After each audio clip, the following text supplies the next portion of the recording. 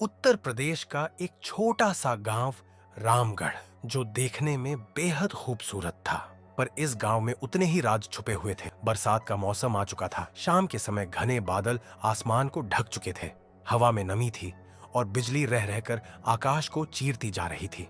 मिट्टी से उठती सौंधी महकम मन को सुकून देती थी। लेकिन उसी हवा में एक हल्का सा डर भी तैर रहा था। ऐसा डर जिसे कोई नाम नहीं देता, पर सब जानते हैं कि वो है। गांव में हर तरफ एक अनजान डर का माहौल था। हर कोई अपने अपने घर के अंदर था। गांव के बीचों बीच खड़ा था एक पुराना नीम का पेड़।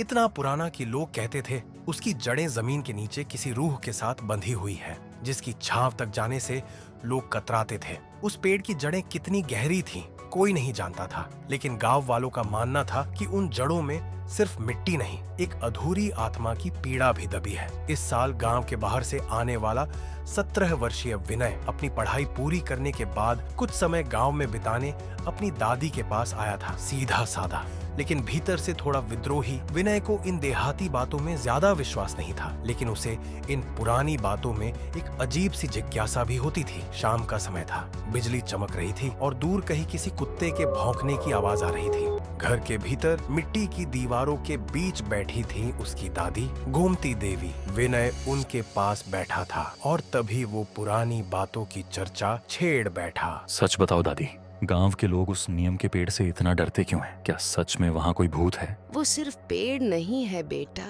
वो एक अधूरी कहानी की याद है, एक चीख है जो कभी पूरी नहीं हुई। तो गांव के हर कोने में किसी न किसी भूत की जो कहानी है, क्या वो सच है? कहानियां नहीं बेटा, ये जले हुए दिलों की राख है जो कभी हवा बनकर बरसात के साथ लौट आती है। मतलब भूत अब बारिश के साथ आते हैं? बरसात की रात वो वक्त है जब छिपे हुए जख्म बहते हैं, और एक आत्मा है जो सिर्फ बारिश में लौटती है, नीम के पेड़ की छांव में। और हाँ बेटा, 8 बजते ही बाहर मत निकलना, और नीम के पेड़ के पास तो बिल्कुल नहीं जाना। दादी, पेड़ से डर लगता है आप लोगों को। चुड़ैल आएगी क्या वहाँ से उड़कर? कभी कभी जो डरावना लगता है वही सच होता है। ये गांव हंसता है, मगर इसकी हंसी में बहुत चीखें छुपी हैं, और इस गांव में बहुत से ऐसे राज छुपे हैं जिन्हें कोई नहीं जानता। और इस गांव की सबसे काली परत उसी नियम की छांव में छुपी है। कौन है वो आत्मा, और लोग उसका नाम क्यों नहीं लेते? कुछ नाम जबान पर नहीं आते बेटा, क्योंकि उन्हें लेना मौत को बुलावा देना होता है। और हाँ, मेरी बात याद रखना भूलना मत, 8 बजते ही बाहर मत जाना, और उस नियम के पेड़ की तरफ तो हरगिज नहीं। विनय थोड़ा मुस्कुराया, लेकिन दादी की आंखों में कुछ था जो मजाक नहीं लग रहा था। अब रात 1 बज चुके थे। बारिश जो दिन भर रुकी हुई थी अब तेज हो गई थी। तेज हवाओं के साथ छत की खपरेलें कड़कड़ाने लगी थी। कमरे में जलती मिट्टी की ढिबरी एक कोने में टिमटिमा रही थी। विनय बिस्तर पर लेटा था, नींद अधूरी थी। तभी उसे छत पर कुछ गिरने की आवाज आई, धप धप धप, जिसके बाद छत पर किसी के चलने की आवाज आई, भारी गीले कदमों की तरह। विनय एकदम चौंक गया और फिर एक धीमी परतदार हंसी आई। उसकी रीढ़ में सिहरन दौड़ गई। हंसी दूर नहीं, जैसे कमरे के अंदर से ही आ रही हो। वो बिस्तर से उठकर कांपते पैरों से खिड़की की ओर गया। खिड़की बंद थी, लेकिन उसके शीशे पर 4 उंगलियों के गीले निशान थे अंदर की ओर से, जिससे वो डर गया। उसने चिल्लाकर अपनी दादी को बुलाने की कोशिश की, पर आवाज नहीं निकली। उसने एक पल के लिए सांस रोक ली, फिर बिस्तर पर गया और रजाई ओढ़ ली। सुबह हुई।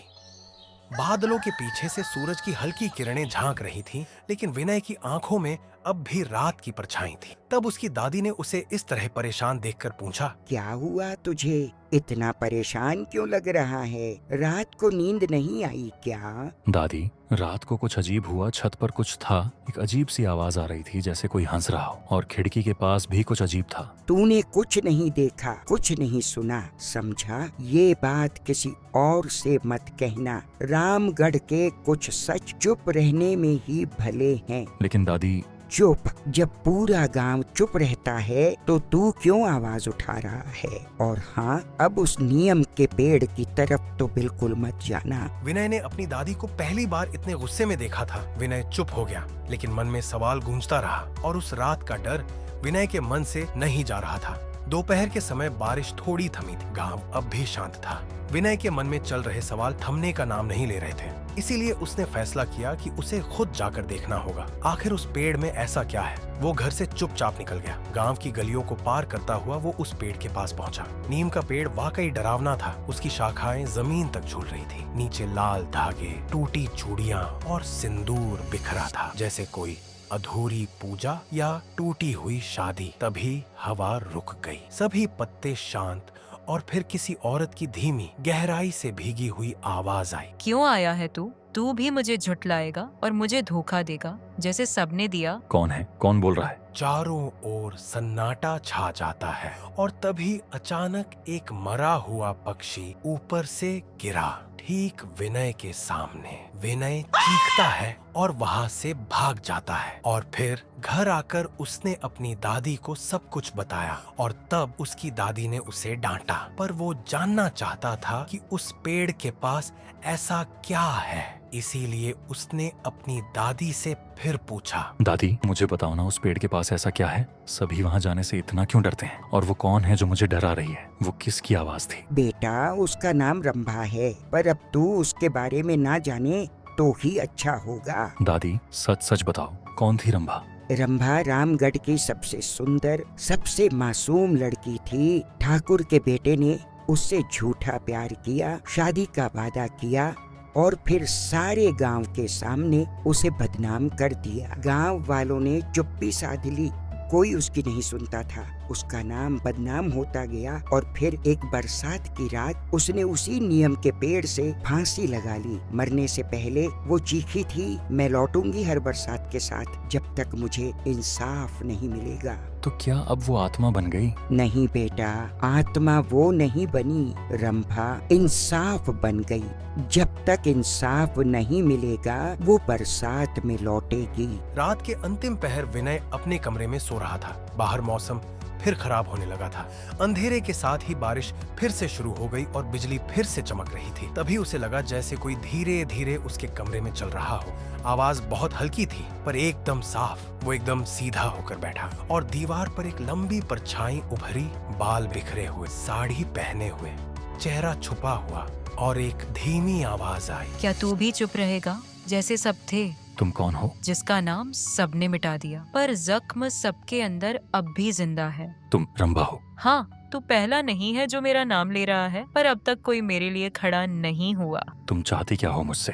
कुछ नहीं, बस मेरी बात सुन और भूल मत जाना, मुझे भी इंसान ही समझ, वो नहीं जो गांव वाले कहते हैं। तुम्हारे साथ क्या हुआ था? सच सच बताओ। मैं सीधी थी, भोली थी, किसी से प्यार किया, वादा किया था उसने शादी का, सपने दिखाए थे और फिर पूरे गांव के सामने मुझे बदनाम कर दिया। उसने कहा मैं झूठ बोल रही हूँ और लोग मान गए क्योंकि मैं लड़की थी और वो ठाकुर का बेटा। तो फिर तुमने क्या किया? मैंने कुछ नहीं किया, वो सब कर चुके थे। मैंने बस उस नियम के पेड़ को चुना क्योंकि मुझे लगा वो कम से कम मेरी बात तो सुनेगा। और मरते वक्त मैंने कुछ नहीं मांगा, बस ये कहा मैं लौटूंगी जब जब बारिश होगी और जब जब कोई सच सुनने की हिम्मत करेगा। तुम अब भी यहीं हो? हर साल इसी मौसम में जब हवा में नमी होती है और लोग बंद दरवाजों के पीछे छुप जाते हैं, मैं लौटती हूँ अपनी आवाज, अपनी कहानी और अपना नाम लेने वाले की तलाश में। तुम मुझे क्यों दिख रही हो? मैंने क्या किया? तू नया है और तेरे अंदर सवाल बाकी हैं। गांव वाले तो अब देखना भी नहीं चाहते, लेकिन तू सुन रहा है, इसीलिए मेरा साया तुझे दिख रहा है। तो आप बाकियों को क्यों नहीं दिखती? क्योंकि उन्होंने अपने दिमाग से मेरी कहानी को मिटा दिया है। अब वो सिर्फ डरते हैं, पर सच से नहीं, मेरे नाम से। क्या सच इतना ज्यादा डरावना है? सच कभी डरावना नहीं होता, पर जब सच को दबाया जाता है तब वो डर में बदल जाता है और फिर उसी डर को लोग भूत कहने लगते हैं। तो अब आप क्या चाहती हैं? मैं चाहती हूँ कि कोई मेरी कहानी बोले, जैसे मैंने महसूस की, जैसे मैंने सहा था, बिना डर के। पर गांव वाले तब भी चुप थे, अब भी चुप है। अब मैं तुझसे पूछती हूँ, क्या तू भी चुप रहेगा? नहीं, मैं बोलूंगा, मैं सुनूंगा और बताऊंगा, अगर आप मुझे सच बताओगी तो। कुछ क्षणों तक कोई जवाब नहीं आया। बस कमरे में गीली हवा घूम रही थी और दीवार पर परछाई हल्की हल्की हिल रही थी। तो तुम तैयार रहो, क्योंकि सच हमेशा सीधा नहीं होता, कभी कभी वो डर की तरह आता है। विनय कुछ बोलने की कोशिश करता है लेकिन उसके गले से आवाज नहीं निकलती। उसकी आंखें बस दीवार की ओर टिकी रहती हैं और जाते जाते रंभा की बस एक आखिरी आवाज आती है, बहुत पास से, जैसे वो कान में फुसफुसा रही हो। तू पहला है जिसने मेरी चीख को कहानी नहीं कहा। मैं फिर लौटूंगी। और अब इसी के साथ परछाई गायब हो गई। कमरे में फिर से सन्नाटा छा जाता है। ढेबरी बुझ चुकी है। बारिश अब रुकने लगी थी। पर विनय अभी भी अपनी जगह पर जकड़ा हुआ बैठा था। वो आंखें खोलता है और सामने की दीवार को देखता है, जहां अब कुछ नहीं है, बस एक गीली दीवार और उस पर धीरे धीरे उभरता हुआ एक शब्द शुरुआत।